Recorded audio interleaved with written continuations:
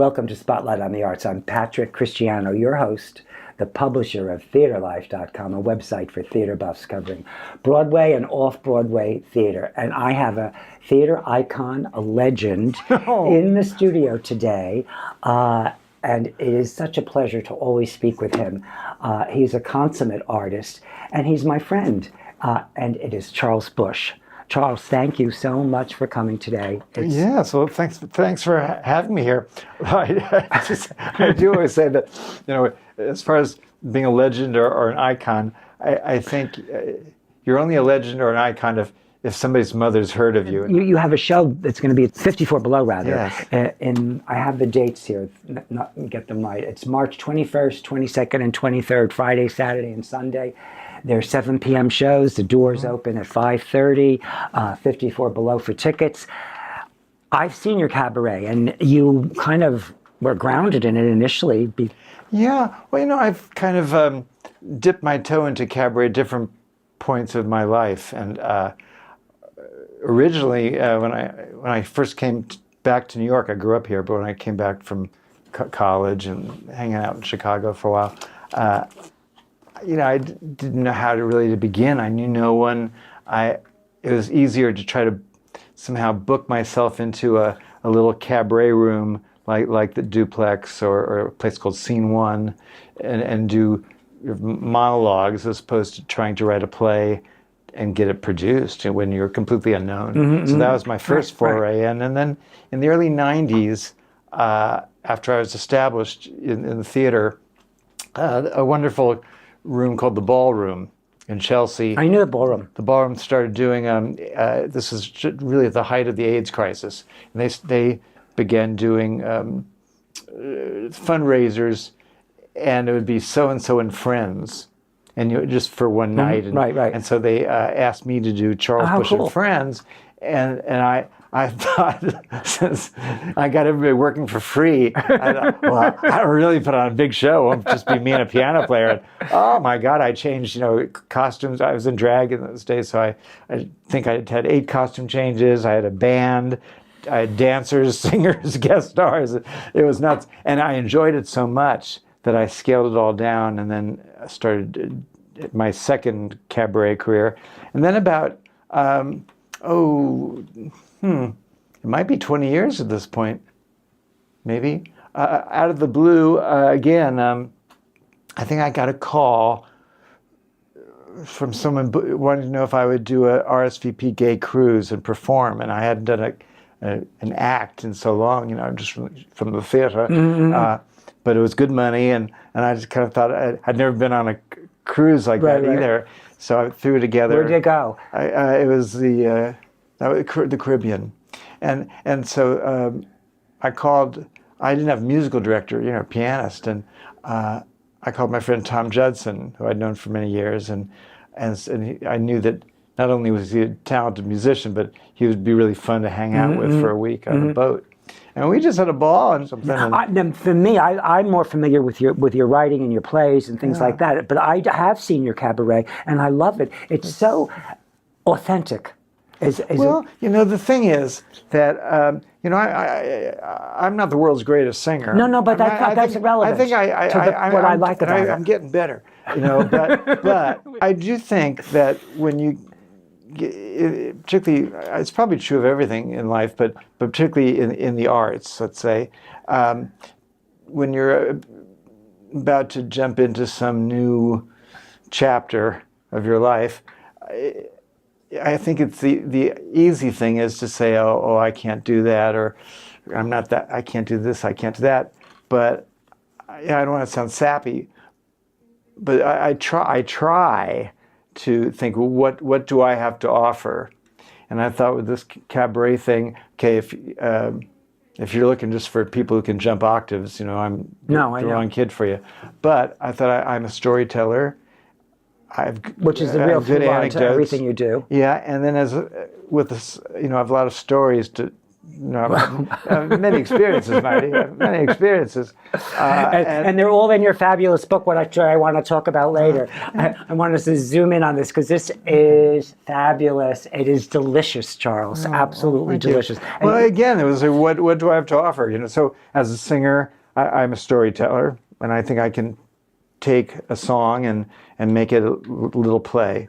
And then with the memoir too, that was intimidating to do because really I'm a playwright, but I thought, I have a way of telling an anecdote and just tell my stories and try to be as truthful as They're possible. so delicious. Oh my God, I just love every one of them. And they're like little bonbons. You can have a few and then put it down and you pick it up again. It's a very good book to read on the toilet, because each chapter is very, very concise, and so you don't. This should maybe be like a quote. You will not run the risk of hemorrhoids by reading this book. Talking about quotes, let's talk about the quote that's on the cover of your book. The last time I interviewed you, you made me look ridiculous. I did? I come on and I go, oh, look at this. A magical tale of how Charles brought drag into the present by celebrating the glamour of the past by Sarah Jessica Parker. Now tell us the truth. All right, I'll come clean about that. I don't think it matters. It's just No, that I love it. The publisher at one point thought that I should have drag in the title, and I didn't want to.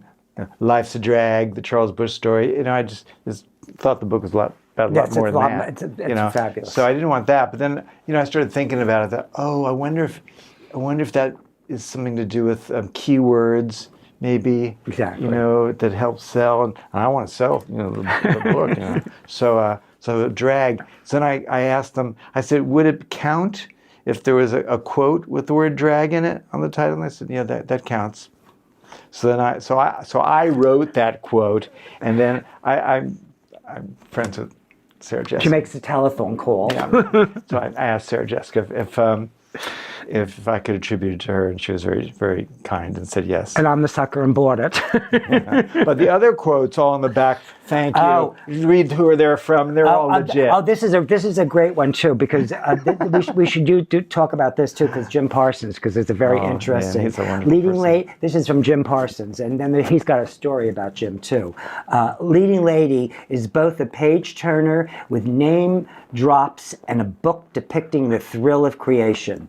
You will be From his lips. You will be spellbound, and you will come away with a new mentor for living an unafraid life true to who you are. Whoa. Wow. That's something. I was very, very moved when how that sort of came about, or how I got to know Jim Parsons, who's really just a great, great person. I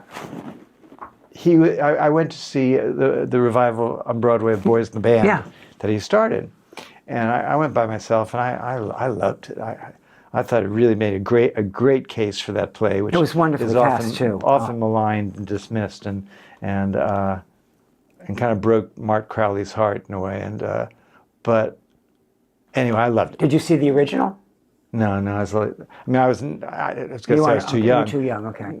Well, I was a teenager, so I did not. It was fabulous cast. What was the sort of thing in gay culture that made the most effect on them? So I'm reading this, and it says Jim Parsons, who I did not know. Right. Said something like, unquestionably the plays of Charles Busch, and he wrote this thing about how he had been this confused kid going to college and thinking he was too gay, that growing up in Texas, that there'd be no place for him in the theater, and he felt so stiff in playing kind of the roles in straight parts, and I guess in college he was in a couple of productions of plays of mine where he played the female character, as happens, and it just awakened him theatrically and his comic spirit, and it was so profound. And I read this. I got all teary. I thought, oh my, So you're a mentor to people you don't even know, and famous people that you haven't even met. It's amazing, right? But, I think in a way it's an analogy for everyone, that nobody really knows that the effect that you might have had on someone else, that just by the way you live your life, or act of kindness, or what. And it just totally took me by surprise. And since then we've become good pals. Wow. Yeah. But it's the point. You never know who you're touching. Yeah. It's or it could be the opposite too. If you're a jerk, So how many plays have you written? Do you have it? Do you know? I think something like 27. Now, not that many. Not that many. Well, considering how old I am. I think you're prolific, and you say not that many. And they're all wonderful. You have a Tony Award nominee for The Tale of the Allergist Wife. Linda Lavin was also nominated for a Tony Award. Yeah. Now, would have you normally played that role? No, not at all. No, in fact, that my goal with that play was, having written so many roles for myself as leading lady, I thought I really would like to write a big, juicy role for an older actress, because particularly at that time, this is 1999, it just didn't seem like there were that many parts being written for women over 50. Still not really. Did you have her in mind when you were writing it, or at a certain point? Yeah, I'd begun it, and I think was getting it together in my head, and then I saw her in these 3 one-acts off Broadway called Death Defying Acts, and she was just dazzling, and I thought, oh, she's perfect for that character that I'd like to write. Right. So I did write it with her in mind. I did not. Not intentionally, but kind of. I kept her in mind as dream casting. Oh, okay, got it. It's helpful. And but I didn't know her at all. Never met her. And then I was involved with Manhattan Theater Club. I'd written the book to a flop musical for them, but I'd hit it off with Lynn Meadow. It wasn't exactly a flop. What, The Green Heart? Oh, I thought you meant another one. Okay, I'm sorry. But no, I have many flop musicals. that particular, I've never had a hit musical. No, that flop. Anyway, but what was good that came out of that flop was that I established a relationship with Manhattan Theater Club, and with Lynn Meadow particularly. And she, when those bad reviews came out, she said to me that she would like to produce my next play. Wow. Whatever it is. And I thought what would be a good play for them, and I had this character, and it turned into Allergist Wife, and then she went. After I finished writing it, I gave it to Lynn, and she said, "Let's do a reading right away." And who is your dream casting for the character of Marjorie? And I said, "Oh, Lynn Meadow." And they can kind of get anybody. So they asked Linda, and she said yes, and we did this reading, and oh my God! I mean, it was. I'll never in my life have I experienced this where someone just, because knowing Linda, she didn't prepare; she was reading cold. Right. But it was just all there. I mean, it was just the most brilliant performance. I mean, just every laugh, then tears, and she got so into it because it's a reading. They're sitting. Well, it's a fabulous role sitting at a table. Oh my God! One point she got up. Where's she going? And she was just like acting. It was thrilling. And then she, thank God she wanted to do it. And then we got the rest of the cast was marvelous. Tony Roberts, who also, oddly enough, passed away just a few months after Linda, and Michelle Lee, who hadn't been on the New York stage in about 20 years. She'd been doing Knots Landing for so long, and then wonderful actress Cheryl Bernheim and a young man Anil Kumar. It all was great. It was a charmed production, and it became a big hit, and it ran 2 years and big year national tour. I've become friendly with Cola Scola, who's I know she is. Rather similar experience in a certain sense, that he's. I think he's non-binary, but he's having this enormous hit, and in some ways bigger than mine because they're starring in Oh Mary. But it's been fun talking to him about that experience of suddenly. Suddenly be, Yes, it's that mainstream thing, and but you have so much behind you before you got it all. He's got he's not as well, he's had a nice career though. But it's not the same depth as yours. You're nowhere near icon or legend, please. Pretty popular.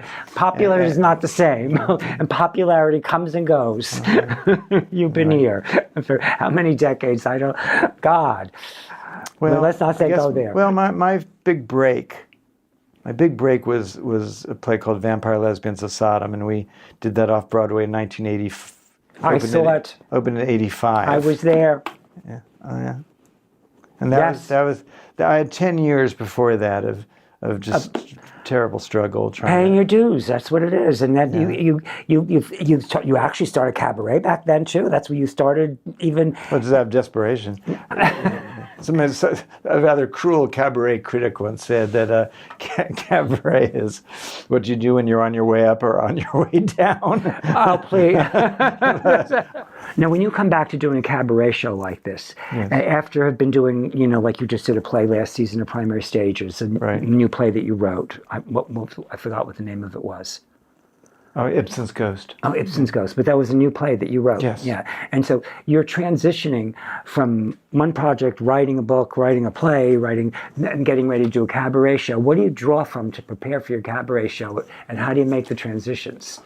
I mean, what do you do first? Well, in a way, though, it's not such a transition or such a separate thing, because kind of going back to what I said earlier, it's all a form of storytelling. Right. So I don't really think of them as that different. What's been interesting this time around... It's just the form that's different. Yeah, and I'm working with a new musical director, Tom Judson, who was traveling around with. My God, we played 4 countries and 37 cities. He just doesn't want to schlep around anymore, and I don't blame him. So I have a new companion, pianist, Gianno Manelli, who's awfully good, and this will be really our first run of a show we've done together.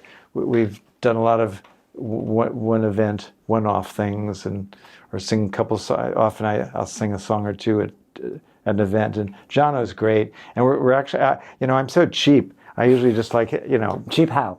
Well, I don't like paying, so I usually just have a pianist, and if I could get them half price, I'd say play with one hand, but in this case, so I thought I just really want to have a fuller sound, and so having a trumpet player and an accordionist. And then my nephew, Jimmy Stull, my sister's son, is a wonderful rock guitarist. And so he's going to play also. Oh. Yeah, so I'm very, very excited. It's got a little family affair almost, a little bit. Yeah. What about, will the show be all fresh, all new material, or will you do things you've done before? Do you have any standards is where I'm driving at? Well, there's songs you like to include. I've been singing the classic Joni Mitchell song "Both Sides Now" a lot these days, and it really is such a gorgeous song and a rather mysterious song, and it gets me in a very visceral way, and so I've been singing that a lot, and I'm including that. But I'm doing some new material, and actually I wrote the lyrics to something for the first time. What? Oh my God! Well. I love Edith Piaf. Who doesn't? Yeah, and I really wanted to sing the French song La Foule, but I don't know. I find it a little pretentious when Americans sing French stuff. Well, sing to an English-speaking audience in a foreign language that nobody else is speaking. I actually did that one time, but my French isn't that good. I mean, I have a wonderful French accent. I'm an actor, but I was so bad in Je ne school. parle pas français. Well, I'm not really a detailed person, and I remember my friend of mine who's fluent said to me, there's a difference between and And what so There's a big difference, yes. But yeah, anyway, I couldn't care less. So anyway, so the thing was with La Foule, though I could not find an English translation.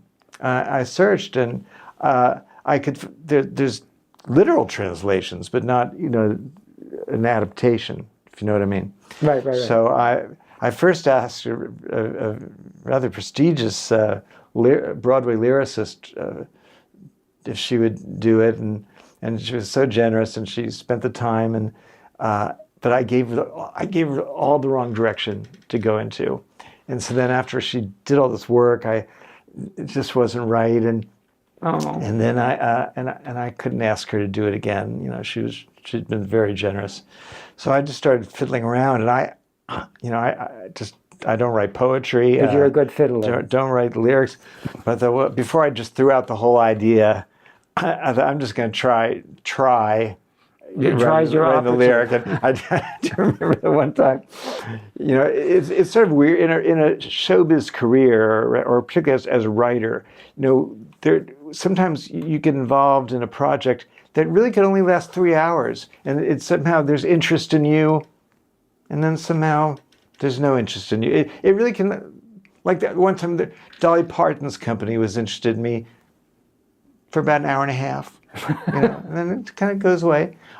So there was, at one point, Disney was interested in me, and they got together my friend Richard Kramer, who's a wonderful screenwriter, and Betty Comden, Adolph Green, the lyricist, Broadway people, and we were going to somehow work on an animated feature based on Midsummer Night's Dream. So for a few hours, I was kind of alive, long enough for Richard and I to go over to Adolph Green's fabulous apartment at the Beresford and meet with him and Betty. And they were just dazzling. They just were doing Comden and Green for Richard and I. And anyway, at one point... What an extraordinary experience. One point, Betty said, though, something brings up, is Betty Comden said to me, she said, well, Charles, you write lyrics, don't you? So I said, well, I one time wrote myself some special material for my cabaret act, and I rhymed Imogene Coca with Mishpocha. And Betty Comden said, Coca, Mishpocha. We'll do the lyrics. But anyway, that lasted about 2 hours and then kind of disappeared. That's the extent of my lyric writing, but I've done it. And who were you going to play in Midsummer? What were you going to do in Midsummer Night's Dream? We were going to write it. I was just going to be part of the animated feature, okay, cartoon. Yeah, but anyway, I've written these lyrics, and I think I did a good job. But it's been so hard to memorize because I've rewritten it. I'm trying to say rewritten. I've rewritten them so many times to improve it since I'm an amateur that I've got about 6 versions of every line of the song. Oh, no. And it's very hard to learn because I keep thinking, which version am I doing? Yeah. But I think I got it. And I think it's going to be good. Well, I'm sure it's going to be. Because, the first time I ever saw you do cabaret was at Guildhall. Do you remember when you did Guildhall? It's a beautiful place. And it's gorgeous. But Hamptons. And that's when I discovered how wonderful you were at the cabaret. And what the through line is what a marvelous storyteller you are. And the emotion and depth of feeling that you bring to all the songs. Well, I love, with the song, when you're an actor, the goal, the highest goal for an actor is to be what they call in the moment, in the moment, and it's hard because you've memorized something and you've rehearsed it, and the natural tendency is to do it right, get it right, but the greatest actors, they give the illusion at least that it's happening for the first time, that they've never had that thought before, that they've never said this sentence before, and that's almost impossible to achieve, and that's what actors spend their whole lifetime trying to achieve it. And but I find with a song, oddly enough, it lends itself more to being in the moment. Somehow the melody, just. You have something to ground yourself with. It's a melody, or I don't know why. I can't really explain it, but I find when I'm singing a song, it does change each time that I sing it. You know, I will emphasize something a little different, and just by changing one word, you know, not changing the word, but, you know, changing the emphasis of the lyric, it'll strike off an emotional reaction, and it becomes very spontaneous in a way that I find extremely challenging in the theater. Hey, well, it's beautiful. That's what makes it so special, too. Yeah, so it's special to do. Yeah. And it's gorgeous. You're striking chords within yourself is what you're doing. Yeah. You know, we only have about 3 minutes, and there's more stuff. We didn't get to talk too much about your book that I love so much. Tell us, it's one of the stories. Like, tell us about about when you ran into Greta Garbo. That's a great one. Oh, that's not so good. No, okay. No, but you wanted to talk about Zoe Caldwell, the great stage actress. Yes. Do you have time? It's a little bit. Yeah, we have 3. Yeah, we can always go over. Well, Zoe Caldwell. Many of you may not know Zoe Caldwell, although she won. I think, was it 4 Tonys? I think 4 Tonys. Yes, 4 Tonys. Masterclass, and Prime and Miss Jean Brody. Slapstick Tragedy, Medea. And that's she was 4. the actor's actor. And I had, as a teenager growing up in New York City, I guess maybe I was 14, I saw her do the Prime of Miss Jean Brody, and it just was the most extraordinary thing. I mean, she inhabits the role. And the charisma and just the intensity, and she was kind of a throwback to the great actresses of the past, because she didn't really play naturalism. There was something just bigger than life, and yet she was this very it was authentic, fragile little lady. It was very authentic. Yes, it was always authentic, and yet just theatrical at the same time. And I was 14. Somehow I got backstage after a matinee and found my way to her dressing room. No. And she was sitting there by herself, and she was just lovely to this odd 14-year-old boy who said, I want to be an actor. And she held my head to the light, and she said, well, you're the face of an actor. Of course, that means nothing. And anyway, it was just a great experience. And she said, and whenever I play, you must come and see me, and come back and see me. And well, I moved into awkward adolescence and shyness, and I never did.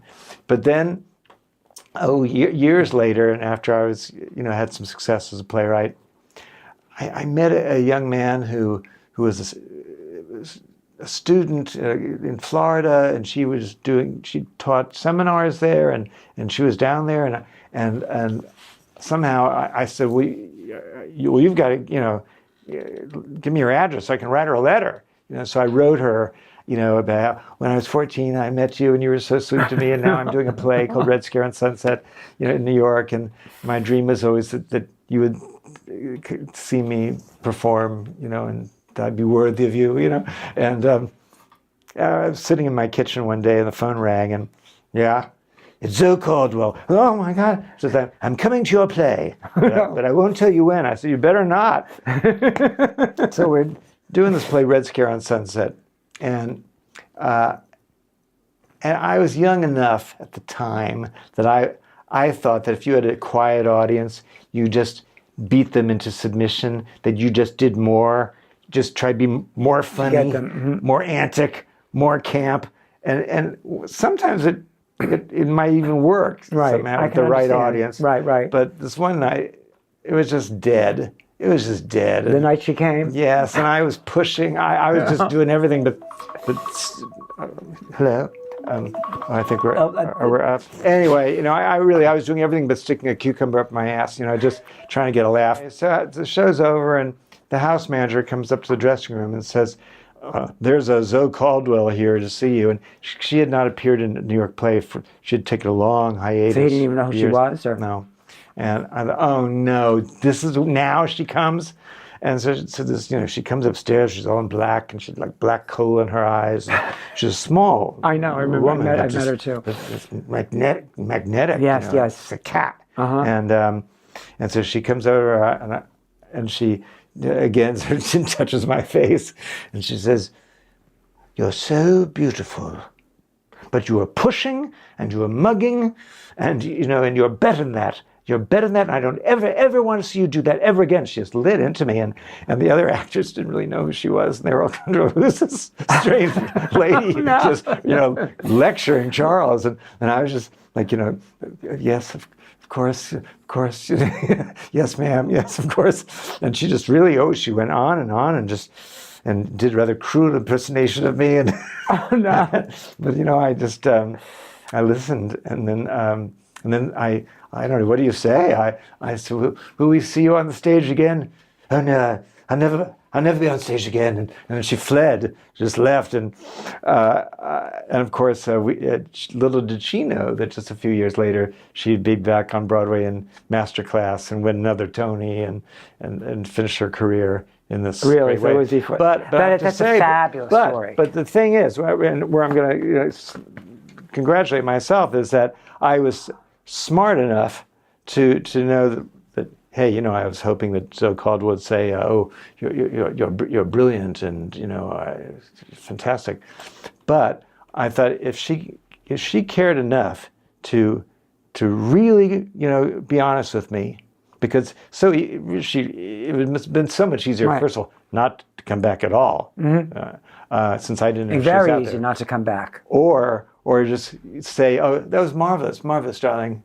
Go. Exactly. Or one of those awful things that people do that is just so cruel, and they to say something like, "Oh, you really did it," or something like that. You really were up there. It's so mean. Just and you knew you were mugging, so it was like a reinforcement. And it started me. It began. It was not an overnight thing, but it began I'd say a 30-year journey towards playing honestly, and it's hard to when you do stylized. It's hard not to push, stylized. I hate saying parody, but I say homage, whatever, or movie inspired or theater genre styled plays, and keep it honest at the same time. It's a challenge. It's a fine line. But I've worked on it, and you're brilliant. And I learned from her. So So you think that moment was pivotal in the process that you moved forward with? Absolutely. And years later, she was dear friends with Audra McDonald, and Audra was being honored at the New Dramatists luncheon, which was a huge ballroom at the Hilton, and Zoe Caldwell was there, and I was able to find her at her table during kind of an intermission, and she was had Parkinson's and was sort of diminished, but I was able to thank her. That's a fabulous story. It's a really interesting story too. Yeah. Thank you. I think we're out of time. I guess we are. But it's been a delight, as always. Always, and Patrick. I can't wait to see you at 54 Below. The dates again are March 21st, 22nd, and 23rd at 7 p.m. 54 Below, Charles Busch. Thank you, Charles. Thank you.